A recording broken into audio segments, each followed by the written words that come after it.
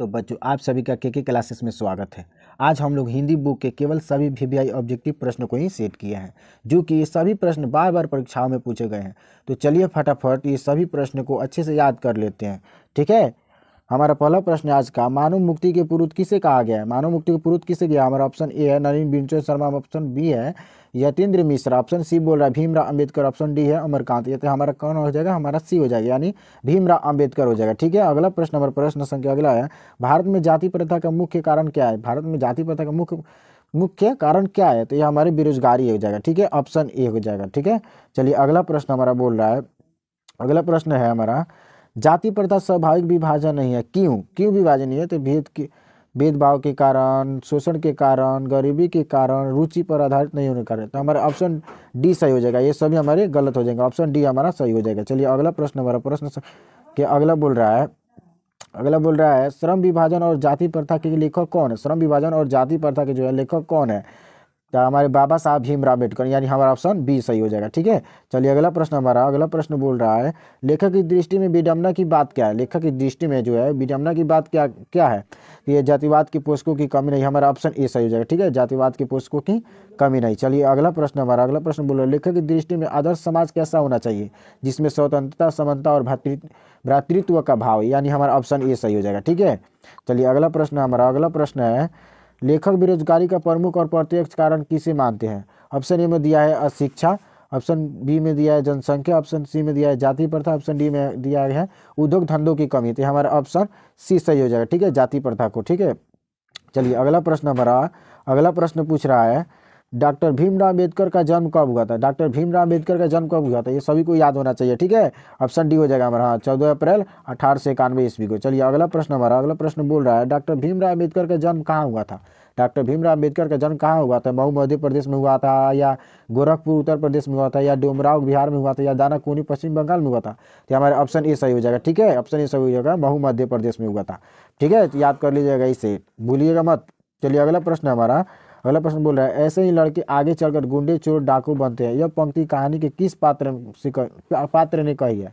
किस पात्र ने कही? हमारा ऑप्शन ए है सेन साहब की धर्मपत्नी ने, या ऑप्शन बी है गिरधर ने, ऑप्शन सी है सेन साहब ने, ऑप्शन डी है सुफर ने। तो हमारा ऑप्शन सी सही हो जाएगा। ठीक है, सेन साहब ने कहा था। चलिए अगला प्रश्न बोल रहा है, नलिन बिरजू शर्मा की मृत्यु कब हुई थी? नलिन बिरजू शर्मा की मृत्यु कब हुई थी? तो हमारा ऑप्शन ए सही हो जाएगा। ठीक है, 12 सितंबर 1961 ईस्वी को। चलिए अगला प्रश्न पूछ रहा है, मदन अक्सर किसके हाथों से पीटता था? मदन जो है अक्सर किसके हाथों से पीटता था? माता के हाथों से पीटता था, या सेन साहब के, या खोखा के, या डी में हमारा दिया है पिता के, यानी हमारा ऑप्शन डी सही हो जाएगा, पिता के हाथों से पीटता था। ठीक है, चलिए अगला प्रश्न हमारा बोल रहा है, अगला प्रश्न, 20 के दांत शीर्षक कहानी के कहानीकार कौन है?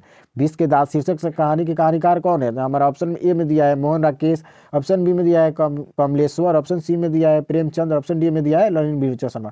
तो हमारा ऑप्शन डी सही हो जाएगा। ठीक है, नलिन बिरजू शर्मा। ठीक है, चलिए अगला प्रश्न पूछ रहा है, मोटर कार को किससे खतरा हो सकता है? मोटर कार को किससे खतरा हो सकती है? ए में दिया है कासू से, बी में दिया है मदन से, सी में दिया है खोखा से, डी में दिया है इंजीनियर से। तो हमारा ऑप्शन सी सही हो जाएगा। ठीक है, खोखा से ही खतरा है मोटर कार को। चलिए अगला प्रश्न हमारा बोल रहा है, अगला प्रश्न है, सेन साहब की आंखों का तार है कौन है? कार है, या खोखा है, या खोखी है, या उपयुक्त सब, ये तीनों है। तो हमारा ऑप्शन बी सही हो जाएगा। ठीक है, खोखा है। ठीक है, चलिए अगला प्रश्न बोल रहा है, खोखा के दांत किसने तोड़े थे? मदन ने तोड़े थे जी, मदन ने तोड़ी थी। हमारा ऑप्शन ए सही हो जाएगा। चलिए अगला प्रश्न हमारा बोल रहा है, महल और झोपड़ी वालों की लड़ाई अक्सर महल वालों ही जीतते हैं, पर उसी हालत में जब दूसरे झोपड़ी वाले उनकी मदद अपने ही खिलाफ करते हैं। किस पाठ की पंक्ति है? ये जो हमारा दिया है किस पाठ की पंक्ति है? तो हमारा ए ऑप्शन दिया है बहादुर, बी दिया है शिक्षा और संस्कृति, सी दिया है मछली, डी दिया है 20 के दांत। हमारा ऑप्शन सी सही हो जाएगा। ठीक है, 20 के दांत सही हो जाएगा। चलिए अगला प्रश्न हमारा बोल रहा है, अगला प्रश्न है हमारा, सीमा, रजनी, आलू, सुफाली, आरती, ये पांचों किसकी बनी थी? तो ये खोखा की बनी थी। ठीक है, खोखा की ये पांचों बनी थी। चलिए अगला प्रश्न हमारा पूछ रहा है, अगला प्रश्न है, मैं तो खोखा को इंजीनियर बनाने जा रहा हूँ। बिल्कुल आसान सवाल है, सभी को पता होना चाहिए। यह कथन किसका है? सेन साहब का है। ठीक है, हाँ ऑप्शन ये हमारा सही हो जाएगा। चलिए अगला प्रश्न हमारा पूछ रहा है, अगला प्रश्न है, मदन के लिए क्या खाना मामूली बात थी? मदन के लिए जो है वो क्या खाना मामूली बात सी बन गई थी? दुत्कार, या बी में दिया हमारा प्यार, या सी में दिया है मार, या डी में दिया है फटकार। तो हमारा मार उसको बहुत आसान हो गई, तो मामूली बात थी मार खाना उसके लिए। चलिए अगला प्रश्न हमारा, अगला प्रश्न पूछ रहा है सर विलियम जोन्स ने भारत की यात्रा कब की थी। सर विलियम जोन्स जो थे वो भारत की यात्रा कब किए हुए थे, तो हमारा ऑप्शन डी सही हो जाएगा। ठीक है, 1783 में वो भारत की यात्रा किए हुए थे। ठीक है, आप सब याद कीजिएगा इसे। भारत से हम क्या सीखे, पाठ में नए सिकंदर विशेषण किसके लिए प्रयुक्त हुआ है, किसके लिए प्रयुक्त हुआ है, जल्दी बताइए, कमेंट कीजिए किसके लिए प्रयुक्त हुआ है। चलिए आज के लिए होमवर्क रहा, आप लोगों को कमेंट करना है क्या होगा इसका आंसर। ठीक है, चलिए अगला प्रश्न हमारा पूछ रहा है सब पुराने अच्छे नहीं होते और सब नए खराब नहीं होते। ये पंक्ति, ये उक्ति है, क्या है, क्या बोल रहा है, इसको आप लोगों को बताना है कि ये सब पुराने अच्छे नहीं होते, सब नए खराब नहीं होते। ये किसने किसने कहा था, तो हमारा ऑप्शन ए में दिया है विवेकानंद की बात की बोली हुई है, या बी में दिया है रामकृष्ण परमहंस को, या सी में दिया है हजारी प्रसाद द्विवेदी को, या डी में दिया है कालिदास की। ये कालिदास की पंक्ति है। ठीक है, हमारा ऑप्शन डी सही हो जाएगा। चलिए अगला प्रश्न हमारा बोल रहा है, अगला प्रश्न है स्वामी विवेकानंद ने वेदांतियों का वेदांती किससे कहा गया, वेदांतियों का वेदांती है वो किससे कहा गया, तो हमारा ऑप्शन सी सही हो जाएगा। ठीक है, मैक्स मुलर को कहा गया है, मैक्स मुलर को कहा गया है वेदांतियों का वेदांती, ऑप्शन सी सही हो जाएगा। चलिए अगला प्रश्न हमारा पूछ रहा है मैक्स मुलर ने डॉस वर्ष की अवस्था में लिप्जिग विश्वविद्यालय में संस्कृत का अध्ययन प्रारंभ किया था। उनकी कितनी उम्र थी जब उन्होंने लिप्जिग विश्वविद्यालय में संस्कृत का अध्ययन शुरू किया था, तो उनकी उम्र उस टाइम 18 वर्ष की थी। ठीक है, याद कीजिएगा, याद रखिएगा इसे। ठीक है, चलिए अगला प्रश्न हमारा पूछ रहा है, अगला प्रश्न पूछ रहा है पारसियों के धर्म का क्या नाम है, पारसियों के धर्म जो है उसका क्या नाम है, तो हमारा ऑप्शन डी सही हो जाएगा। ठीक है, जनथ्रुस्ट हो जाएगा, जनथ्रुस्ट। चलिए अगला प्रश्न हमारा पूछ रहा है, अगला प्रश्न पूछ रहा है मैक्स मुलर का जन्म कब हुआ था, मैक्स मुलर का जन्म कब हुआ था, इसे याद कीजिएगा। ठीक है, ये बार बार परीक्षाओं में पूछे जाते हैं, तो ये हमारा ऑप्शन डी सही हो जाएगा। 6 दिसंबर 1823 ईस्वी को हुआ था उनका जन्म। ठीक है, चलिए अगला प्रश्न हमारा, अगला प्रश्न पूछ रहा है किसके अध्ययन क्षेत्र में भारत के कारण नवजीवन का संचार हो चुका है, किसके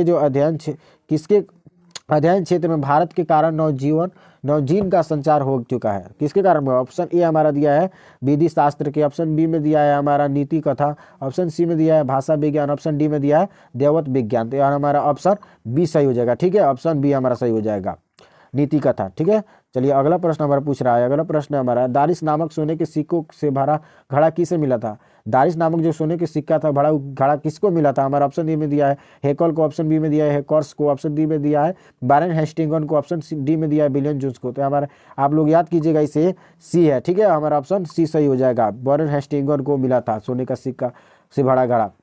चलिए अगला प्रश्न हमारा, अगला प्रश्न पूछ रहे हैं मेघदूत का जर्मन में अनुवाद किसने किया था, मेघदूत का जर्मन में अनुवाद किसने किया था, हमारा ऑप्शन ए में दिया है ईश्वर पेटलिकर ने, बी में दिया है रूसो ने, सी में दिया है मैक्स मुलर ने, डी में दिया है सतकोड़ी होता ने, तो हमारा ऑप्शन बी सही हो जाएगा। ठीक है, ऑप्शन बी सही हो जाएगा हमारा, किसने दिया था, मैक्स मुलर ने। ठीक है, ऑप्शन सी सही हो जाएगा, मैक्स मुलर।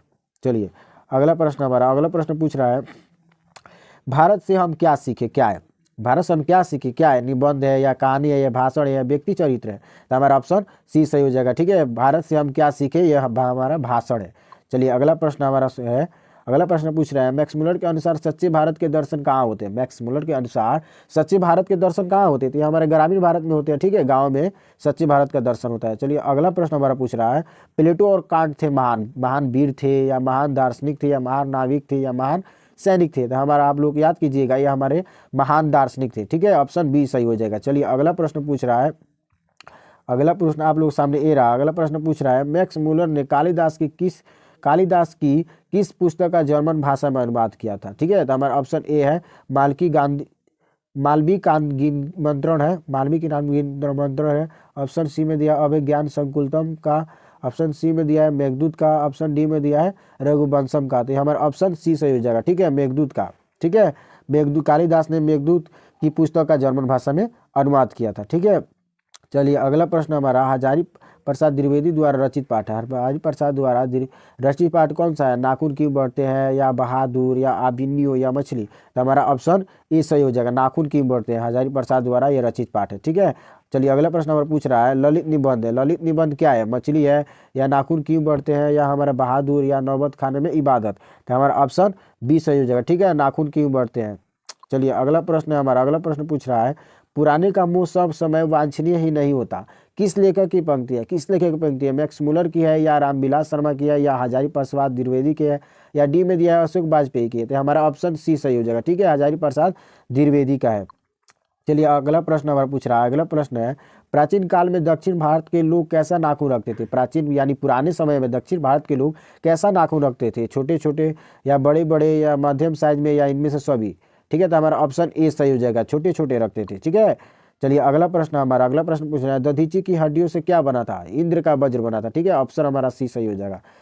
चलिए अगला प्रश्न हमारा पूछ रहा है, महावीर प्रसाद द्विवेदी का जन्म कब हुआ था? महावीर प्रसाद द्विवेदी का जन्म जो है वो कब हुआ था? तो हमारी आप लोग याद कीजिएगा, ये 1907 ईस्वी में। आप लोग इसे याद रखिएगा, 1907 ईस्वी में महावीर प्रसाद द्विवेदी का जन्म हुआ था। ठीक है, चलिए अगला प्रश्न हमारा पूछ रहा है, हजारी प्रसाद द्विवेदी का जन्म कब हुआ था? हजारी प्रसाद द्विवेदी का जन्म कब हुआ था? तो हमारा ऑप्शन बी सही हो जाएगा, 1907 ईस्वी में हुआ था। ठीक है, चलिए अगला प्रश्न हमारा पूछ रहा है, लेखक के अनुसार मनुष्य के नाखून किसके जीवन प्रतीक है? किसके जीवन प्रतीक है? ए में है दिया है मनुष्यता के, बी में दिया है सभ्यता के, सी में दिया है पाशवी वृत्ति के, सी में डी में दिया है संदर्भ के। आप लोग याद कर लीजिएगा इसे, पाशवी वृत्ति के। ठीक है, ऑप्शन हमारा सी सही हो जाएगा। चलिए अगला प्रश्न हमारा पूछ रहा है, हजारी प्रसाद द्विवेदी की मृत्यु कब और कहाँ हुई थी? हजारी प्रसाद द्विवेदी की मृत्यु कब और कहाँ हुई थी? ए में दिया है 1979 में दिल्ली में हुई थी, या 1984 में अजमेर में हुई थी, या 1989 में उत्तर प्रदेश में, या डी में दिया है 1994 कानपुर में हुई थी। बताइए जल्दी कि इसका आंसर क्या होगा। तो आप लोग इसे याद कर लीजिएगा, 1979 ईस्वी में दिल्ली में हुआ था। ठीक है, ऑप्शन हमारा ए सही हो जाएगा। चलिए अगला प्रश्न पूछ रहा है, सहजात वृत्तियों किसे कहते हैं? सहजात वृत्तियाँ किसे कहते हैं? ए में दिया है अस्त्र के संचय को, या बी में दिया है अनजान स्मृतियों को, डी में दिया है स्वर के बंधन को, या डी में दिया है सभी। तो हमारा ऑप्शन बी सही हो जाएगा, अनजान स्मृतियों को। ठीक है, अनजान स्मृतियों का ऑप्शन बी हमारा सही हो जाएगा। चलिए अगला प्रश्न पूछ रहा है, द्विवेदी जी से किसने पूछा था नाखून क्यों बढ़ते हैं? द्विवेदी जी से ये सवाल किसने किया था कि नाखून क्यों बढ़ते हैं?